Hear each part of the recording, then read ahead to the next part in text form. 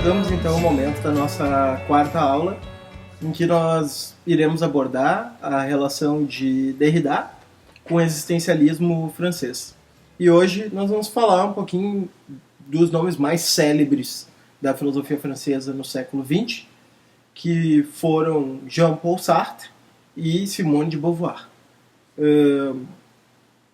Falar de existencialismo exige algumas precauções, né? Porque existem dois sentidos para a expressão existencialismo. Isso está num livro que eu vou recomendar no final, que é o do Mounier.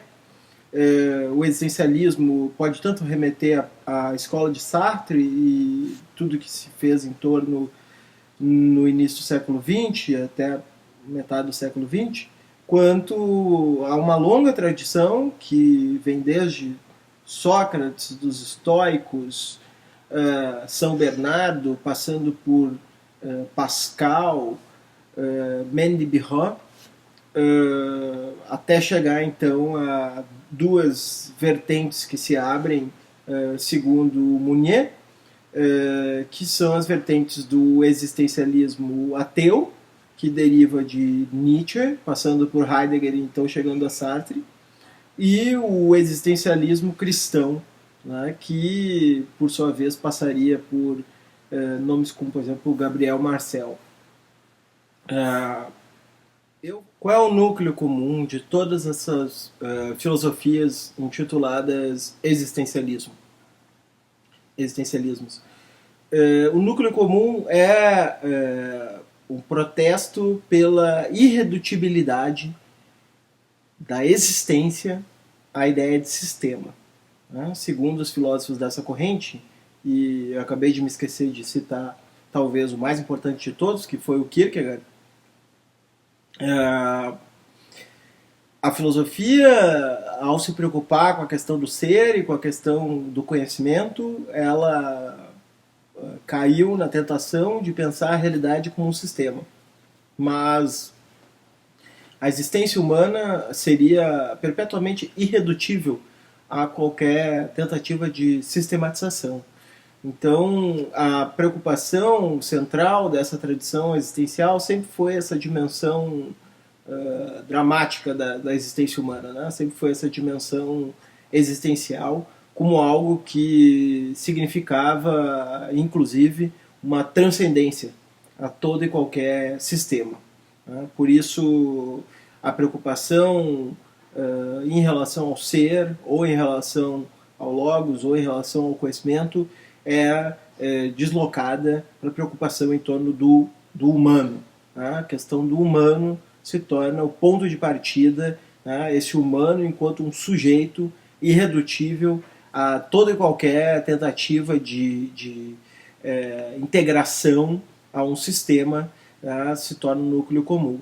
No contexto francês, isso quer dizer que a filosofia existencial é uma filosofia que busca contestar o hegelianismo, né? Então, se a gente falou na semana passada do hegelianismo e do sistema, né, hegeliano, do qual quem mais se aproximou foi o Jean Hippolyte, né, é possível dizer que aqui nós temos uma resposta a isso, né, e essa resposta vem enquanto afirmação de uma transcendência irredutível a toda e qualquer completude de um sistema, né, uma transcendência que reside exatamente no ser humano. Nós podemos também dizer que o existencialismo ateu, né, que é aquele ao qual vou me dedicar, ele é também um certo olhar para o abismo do nada, né? Quer dizer, de certa maneira, aquele fenômeno que Nietzsche anuncia como a morte de Deus, enquanto a perda de qualquer tipo de baliza suprassensível, transcendente, capaz de ancorar o mundo imanente no qual nós vivemos, né? Esse estar lançado nesse mundo de uma maneira até trágica, é algo que vai dar a pensar essa tradição existencialista, né? Quando eu estou fazendo essa descrição, eu já estou, de certa maneira, narrando Nietzsche à luz de Heidegger, né? Da maneira como Heidegger também recebe essa morte de Deus, né, no sentido de estar lançado, né, do ser humano,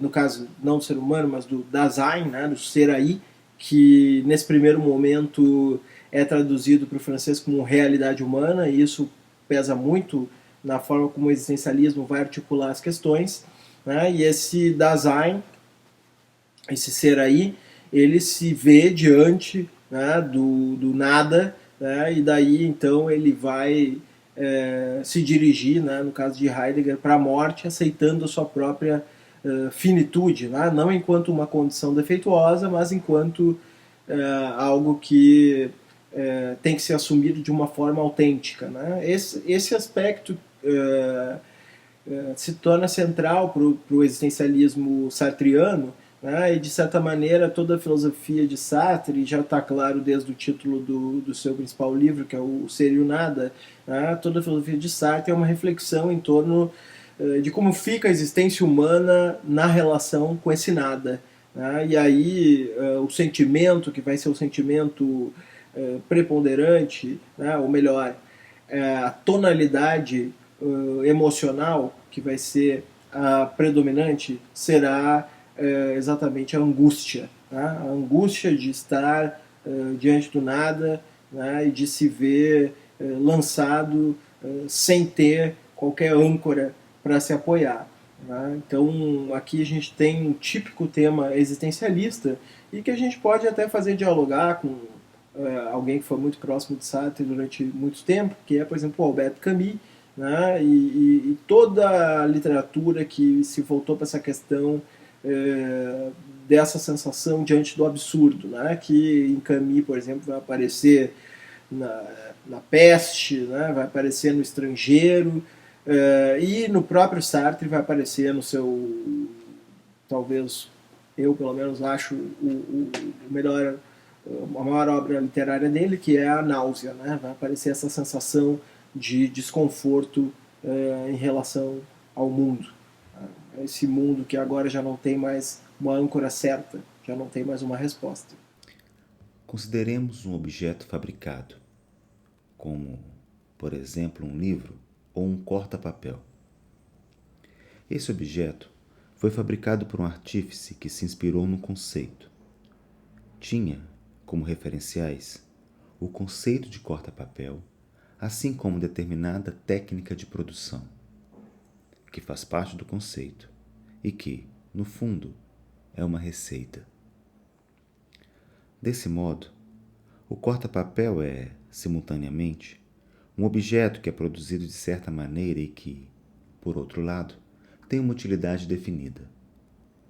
Seria impossível imaginarmos um homem que produzisse um corta-papel sem saber para que tal objeto iria servir. Podemos assim afirmar que, no caso do corta-papel, a essência, ou seja, o conjunto das técnicas e das qualidades que permite a sua produção e definição, precede a existência.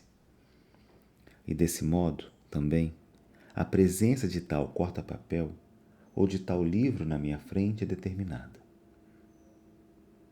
Eis aqui uma visão técnica do mundo, em função da qual podemos afirmar que a produção precede a existência.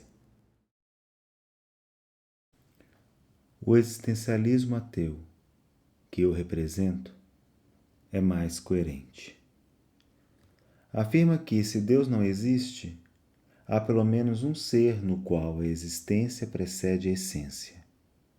Um ser que existe antes de poder ser definido por qualquer conceito.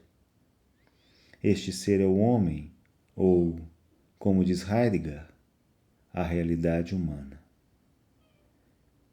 O que significa aqui dizer que a existência precede a essência? Significa que, em primeira instância, o homem existe, encontra a si mesmo, surge no mundo e só posteriormente se define.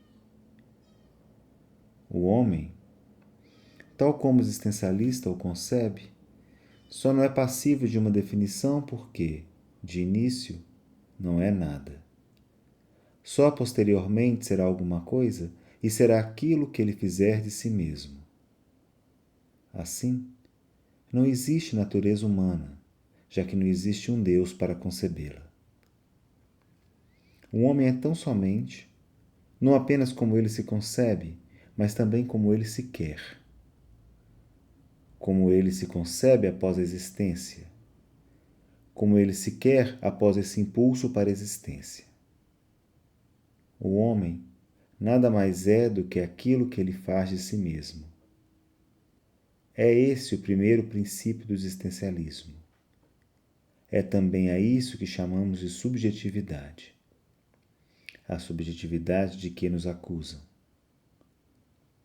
Porém, nada mais queremos dizer senão que a dignidade do homem é maior do que a da pedra ou da mesa. Pois queremos dizer que o homem, antes de mais nada, existe, ou seja, o homem é, antes de mais nada, aquilo que se projeta no futuro e que tem consciência de estar se projetando no futuro. De início, o homem é um projeto que se vive a si mesmo subjetivamente, ao invés de musgo, podridão ou couve-flor. Nada existe antes desse projeto. Não há nenhuma inteligibilidade no céu, e o homem será apenas o que ele projetou ser. Mas é aí mesmo que Sartre vai encontrar a oportunidade, né? Exatamente nesse estar no nada, é daí que vai emergir a oportunidade. Pois se tudo na natureza passa pela determinação, né? Se tudo pela natureza se submete à necessidade, o humano é exatamente a negação dessa natureza. E esse nada, esse não ser, é exatamente onde está aquilo que é próprio do humano, que é a liberdade. Né? Exatamente por isso, como a passagem acaba de mostrar, o existencialismo vai ser um humanismo, né? No sentido de que ele afirma, herdado de Kojève, portanto, numa herança hegeliana, essa ideia do humano como negativo, né? Ele afirma nesse nada do humano exatamente toda a sua potência livre, né? Toda a sua potência de se assumir como autêntico, né? E também de se engajar no mundo. Né? Então, para Sartre, aí está também aquela situação, né? Aquela condição, que é a condição de que nós estamos condenados à liberdade, né? No sentido de que nós não temos outra forma de nos posicionar a não ser como seres livres. Né? Mesmo que nós elejamos ser escravos, nós continuaremos sempre com a possibilidade de resistir. Né? Então, essa natureza livre do ser humano é algo que o existencialismo afirma como uma potência própria, né, do humano. Ninguém nasce mulher, torna-se mulher. Nenhum destino biológico, psíquico, econômico define a forma que a fêmea humana assume no seio da sociedade. É o conjunto da civilização que elabora esse produto intermediário entre o macho e o castrado, que qualificam de feminino. Somente a mediação de outrem pode constituir um indivíduo como um outro. Enquanto existe para si, a criança não pode apreender-se como sexualmente diferenciada. Entre meninas e meninos, o corpo é, primeiramente, a irradiação de uma subjetividade, um instrumento que efetua a compreensão do mundo. É através dos olhos, das mãos e não das partes sexuais que apreendem o universo. Nesses famosos trechos de Beauvoir,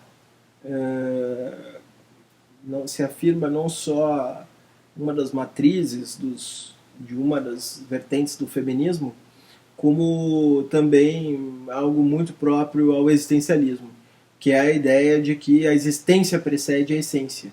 Né? E nesse caso, o que isso significa? Né? Significa dizer que as condições pelas quais a coisa se faz, né, precedem aquilo que ela se torna. Né? Ou seja, o tornar-se antecede o ser, né? Num certo sentido. Quer dizer, nós não temos uma essência que nos predetermine a ser algo, né? Nós estamos diante da possibilidade de ser outra coisa, né? Por isso também torna-se mulher, né?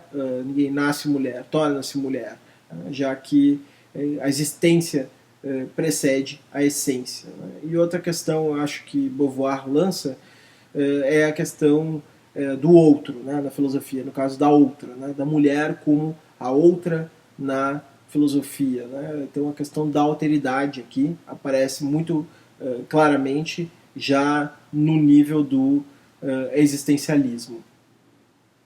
Mas um pouco mais tarde, como eu já mencionei na aula anterior, o Heidegger, que é o inspirador do existencialismo, vai enviar uma carta para o Jean Beaufret, no qual ele vai contestar a sua filiação ao existencialismo. Ele vai afirmar, de certa maneira, que Sartre estaria, de certa maneira, fazendo uma pequena confusão, né, em relação à forma como considera a questão humana.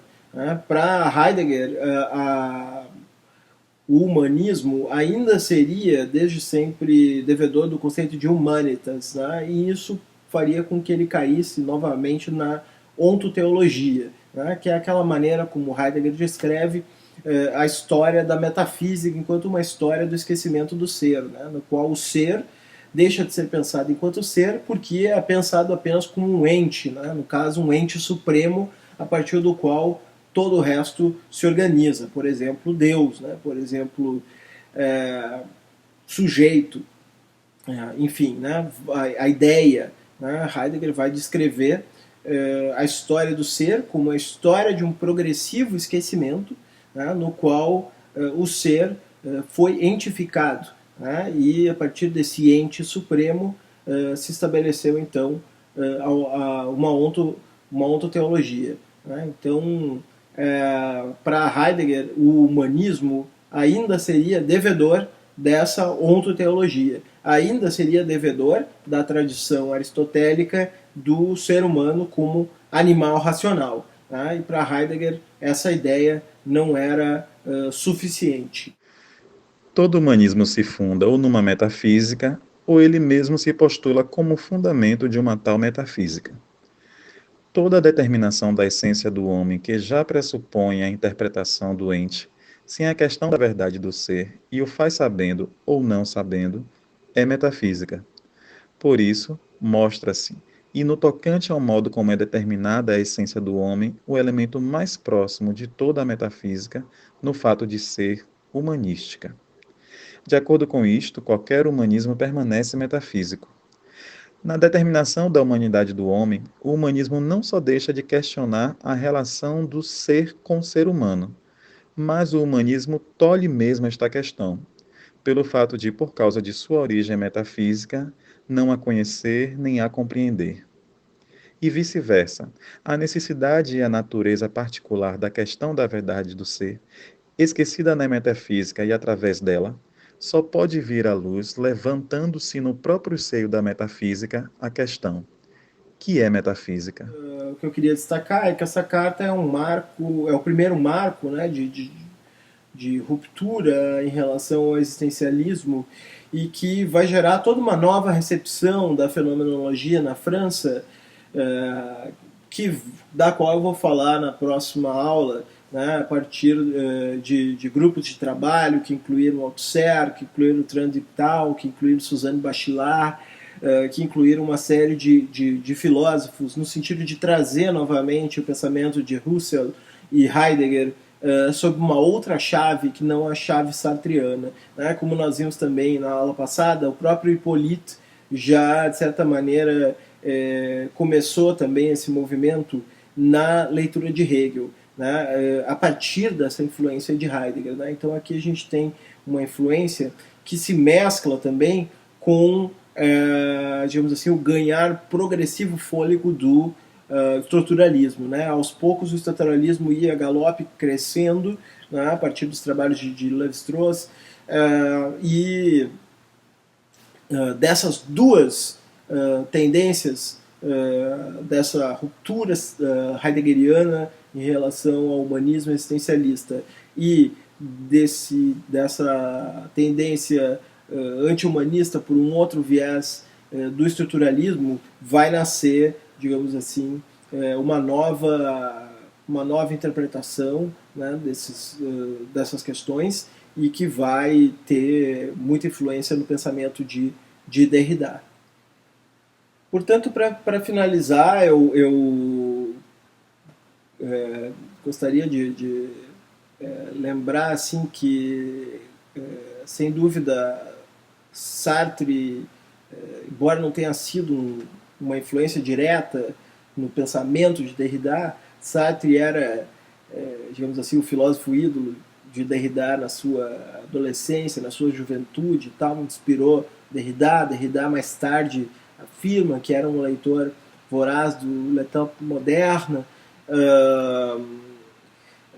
e, de certa maneira, o que sobrevive, o próprio Derrida vai falar isso mais tarde, nessa entrevista que está no Papel Máquina, o que sobrevive é essa ideia de engajamento muito forte, né? Então, embora a recepção do pensamento de Hegel e de Heidegger e de Husserl por parte de Sartre não tenha sido determinante para Derrida, né, no sentido de que Derrida verdadeiramente descartou essa interpretação, acreditando que ela não era correta, o aspecto militante do pensamento de Sartre sempre esteve vivo em Derrida. E, além disso, né, a gente pode falar em relação a Simone de Beauvoir, que, embora eu, pelo menos, não me lembro de nenhuma citação direta ou mesmo indireta de Derrida a Beauvoir, Beauvoir coloca a questão da mulher como uma questão também fundamental para a filosofia francesa, né? E essa questão do feminino, da mulher, do gênero, das bordas entre os gêneros, da desconstrução dos gêneros, todas essas questões vão aparecer, da diferença sexual, todas as questões vão aparecer muito vivas no pensamento de Derrida, vão fazer ele pensar em diversos livros importantes que ele vai colocar essas questões, né? Então eu acho que aqui a gente tem uma herança do pensamento existencial. Num primeiro momento, acredito que o pensamento de Derrida, eu vou tentar mostrar isso em mais detalhes na sequência, tenha sido um pensamento mais voltado para a questão conceitual, né? Nessas tradições francesas, existência, sistema, né? Imanência, transcendência, acredito que Derrida estava mais próximo da ideia da ideia da filosofia do conceito, né? Da tradição ali que naquele momento estava com Althusser, estava com Foucault e outros, né? Mas é certo, e não dá para negar, que sempre houve uma certa ambivalência de Derrida, né? Derrida talvez seja o mais mestiço, o mais híbrido de todos os filósofos franceses dessa época nesse aspecto, em relação ao pertencimento a essas correntes. E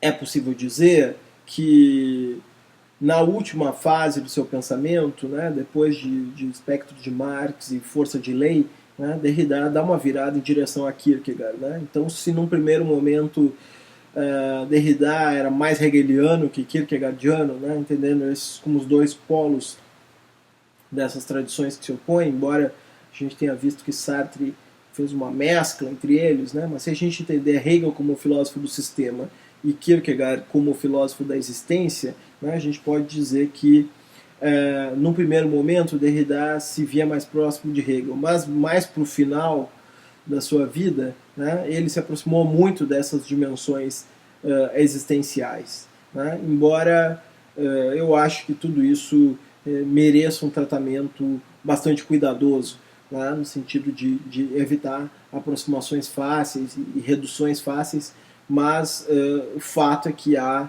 aí, no mínimo, um diálogo, né? Então, são pinceladas gerais muito genéricas, né? Eu não sou estudioso de nenhum desses filósofos, mas que acredito que também ajudam a situar um pouco mais o Derrida nesse cenário.